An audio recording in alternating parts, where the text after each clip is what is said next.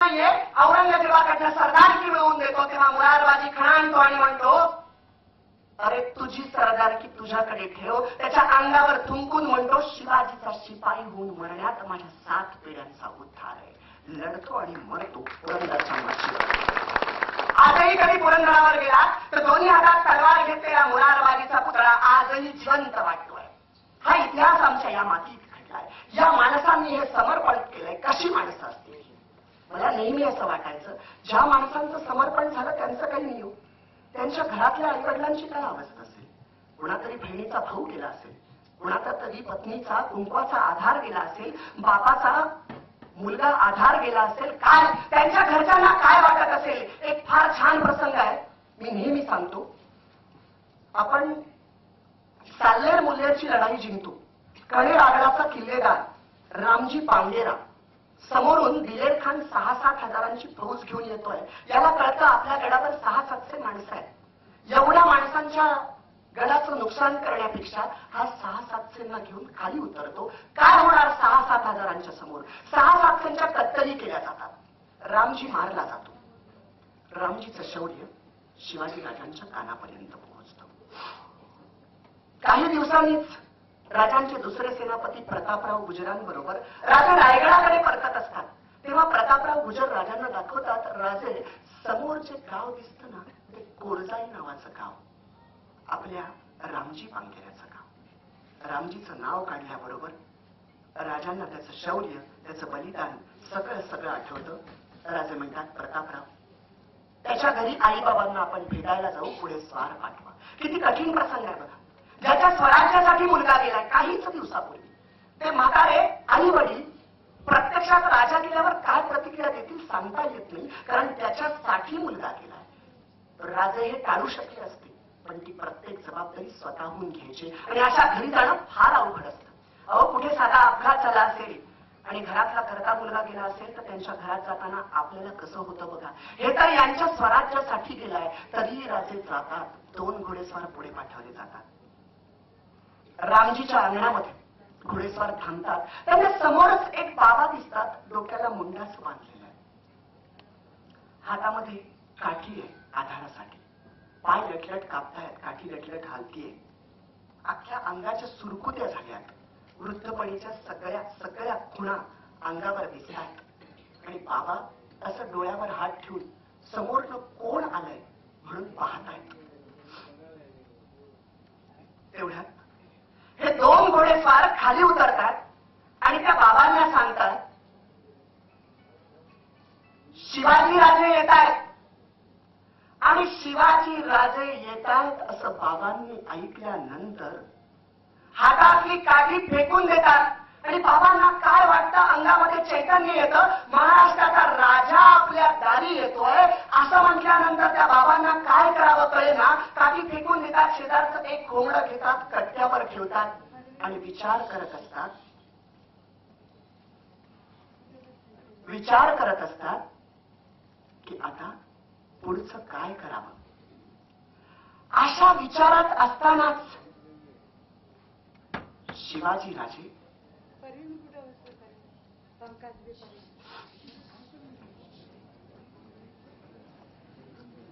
असा विचार करत असतानाच शिवाजी राजे समोर अंगणामध्ये उभे राहतात.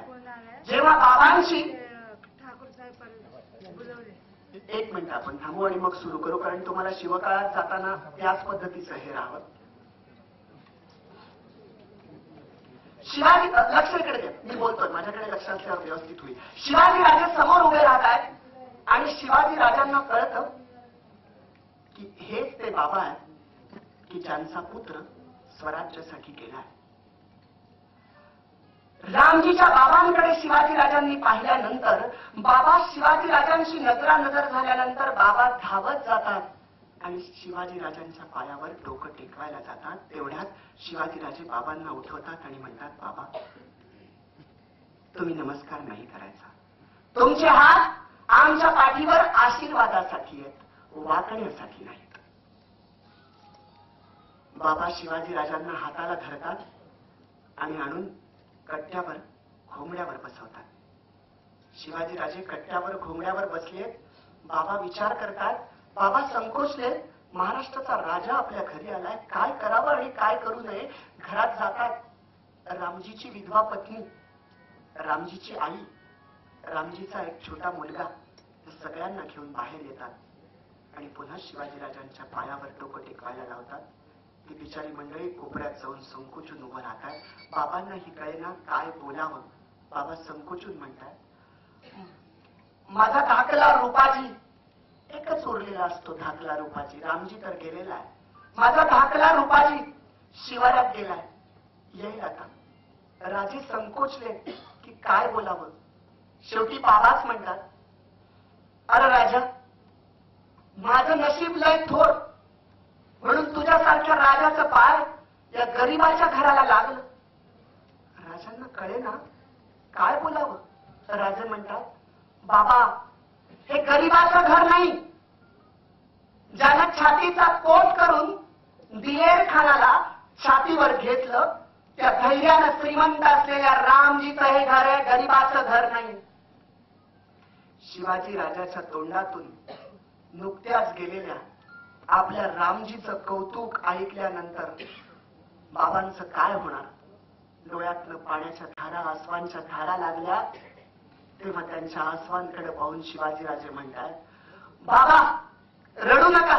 तेव्हा बाबा म्हणतात, अरे रडू कशाला, पोरानं माझी कुळी धन्य केली. तू आलास, घोंगड्यावर बसलास, गरीबाचा उद्धार झाला. पोरानं कुळी माझी धन्य केली, नाही तर तू कशाला इथं आला असतास, कशाला इथं बसला असतास. नाही रडत बघ, असं म्हणून बाबा डोळे पुसायला लागले. राजे परत म्हणतात, अहो बाबा, आमचं कसलं कौतुक करताय. रामजी सारख्यांच्या जीवावर पाठीमागं राज्य करत जगणारी आम्ही राजे मंडळी. तेव्हा बाबा चिडून म्हणतात, अरे राजा, असं बोलू नकस.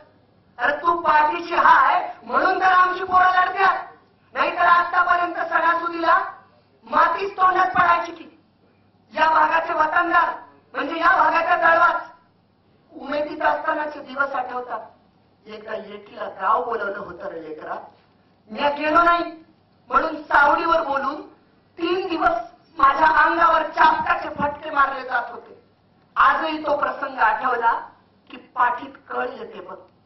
पण लेकरा तुला काय सांगू, तुझ्या राज्यात सगळाच इतिहास बदलला बघ.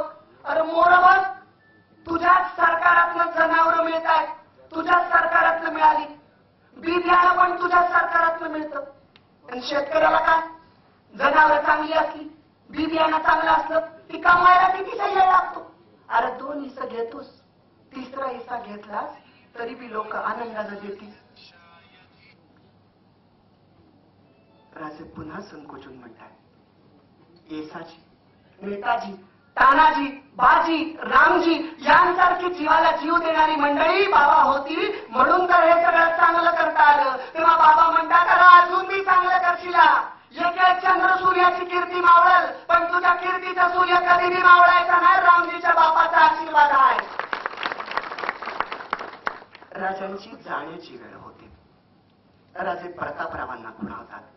प्रतापराव संपत्तीची थैली, पैशाची थैली रामजीच्या बाबांच्या हातात देतात.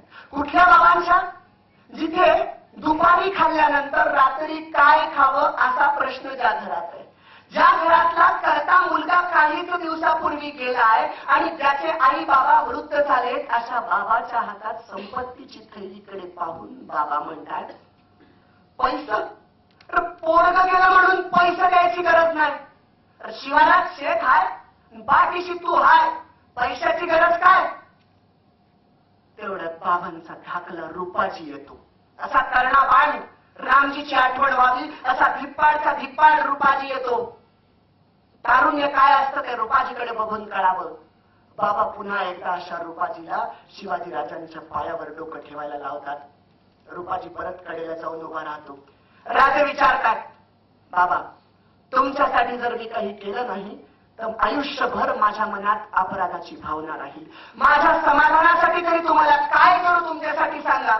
बाबांना कळे ना राजांकडे काय मागावं, कारण राजे आणि त्यांच्याकडे मागितल्याशिवाय राजे इथून जाणार नाही त्याची कल्पना बाबांना असते. शेवटी बाबा विचार करतात आणि आठवून म्हणतात, अरे राजा, एक मागू देशीला? राजे म्हणतात, शब्द तर टाकून बघा, खाली पडू देणार नाही. शिवाजी राजे असे उभे असतात, बाबा मध्ये आहेत, रूपाजीला बोलवून घेतात, शिवाजी राजांच्या समोर उभं करतात आणि म्हणतात, तुला द्यायचं असेल तर एकच दे, तेवढंच मागणं मागतो, तेवढं माझ्या पदरात टाक. आणि बाबा म्हणतात, अरे राजा, माझ्या रामजीला जसं सांभाळलंस ना, तसं माझ्या रूपाजीला देखील सांभाळ. या रूपाजीला तुझ्या स्वराज्याच्या सैन्यात घे, या रूपाजीला मराठी मातीसाठी लढू दे, या रूपाजीच्या हातामध्ये तलवार दे, त्याला मराठी राज्याचं रक्षण करू दे. या पांगिऱ्याची कूस अजून उजाड झाली नाही, या रूपाजीला तुझ्या ताब्यात घे. कुठला पिता सांगतोय की ज्या पित्याचा एक पुत्र काही दिवसासाठी या मराठी मातीसाठी गेलेला आहे, तोच पिता म्हणतोय माझा दुसरा पुत्र सुद्धा तुझ्या स्वराज्यासाठी घे. या त्यागाची तुलना आपण कोणत्या पैशात करणार आहोत? राजे म्हणतात, बाबा, अहो घराघराचं काम, संसाराचं काम, हे सुद्धा स्वराज्याचंच काम आहे की, त्यासाठी हा पुत्र राहू द्या. तेव्हा बाबा म्हणतात, अरे माझ्या संसाराची चिंता कशापायी करतोस तू? तू उभ्या महाराष्ट्राचा संसार मांडलास, तुझा संसार टिकला तर माझा संसार टिकल, तुझ्या संसारातला सार राहिला तर माझ्या संसारात सार आहे, तुझा संसार कोलमडला तर माझा संसार निस्तार होईल. माझाच नाही, अनेकांचे संसार कोलमडतील. अरे माझी चिंता कशापायी करतोस तू? रूपाजीला घेऊन जा.